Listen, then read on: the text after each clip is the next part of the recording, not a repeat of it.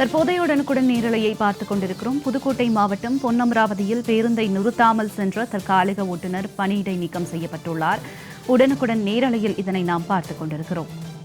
புதுக்கோட்டை மாவட்டம் பொன்னமராவதியில் பேருந்தை நிறுத்தாத ஓட்டுநர் நடத்துனர் மீது நடவடிக்கை எடுக்கப்பட்டுள்ளது. ஓட்டுநர் தற்போது பணியிடை நீக்கம் செய்யப்பட்டுள்ளார்.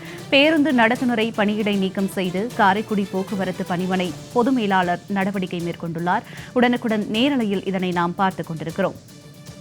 பேருந்து நிறுத்தத்தில் பேருந்தை நிறுத்தாததால் ஓட்டுநர் நடத்துனர் மீது நடவடிக்கை எடுத்த நிர்வாகம். விவரங்களோடு இணைகிறார் எமது செய்தியாளர் தேவராஜ் பழனி. வணக்கம் தேவராஜ் பழனி, இது குறித்த கூடுதல் விவரங்களை சொல்லுங்க. நளினி, புதுக்கோட்டை மாவட்டம் பொன்னமராவதி பேருந்து நிலையம் சுமார் 3 கோடி ரூபாய் மதிப்பீட்டில் புதுப்பிக்கும் பணி நடைபெற்று வருகிறது.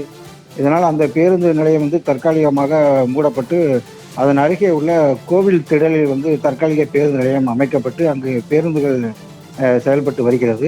தற்காலிக பேருந்து நிலையத்திலிருந்து புறப்படும் பேருந்துகள் மூடப்பட்டிருக்கும் பேருந்து நிலையத்தில் நின்றுவிட்டு பயணிகளை ஏற்றி இறக்கி சென்று வருகின்றனர். இந்நிலையில் திருப்பத்தூரிலிருந்து பொன்னமராவதிக்கு செல்லும் திருப்பத்தூர் பணிமனைக்கு சொந்தமான 13ஆம் நம்பர் பேருந்து ஓட்டுநர் பொன்னமராவதியில் பேருந்து நிலையத்தில் பேருந்தை நிற்காது, பொன் புதுப்பட்டியில் தான் நிற்கும் என கூறி பேருந்தை கதவை மூடிவிட்டு பேருந்து நிறுத்தத்தில் நிற்காமல் சென்றுள்ளனர். அதனை பயணி ஒருவர் கேட்டு மேலும் அந்த வீடியோ எடுக்கப்பட்டுள்ளார்.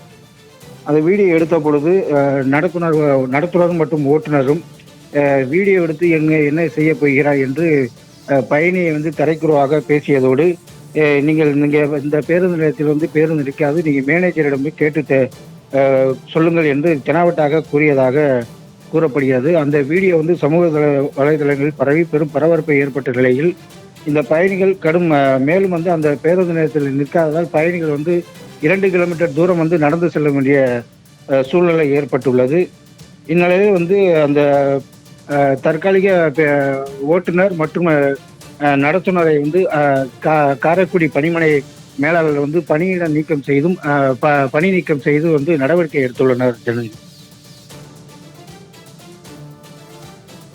தேவராஜ் பழனி, தங்களுடைய விரிவான தகவலுக்கு நன்றி.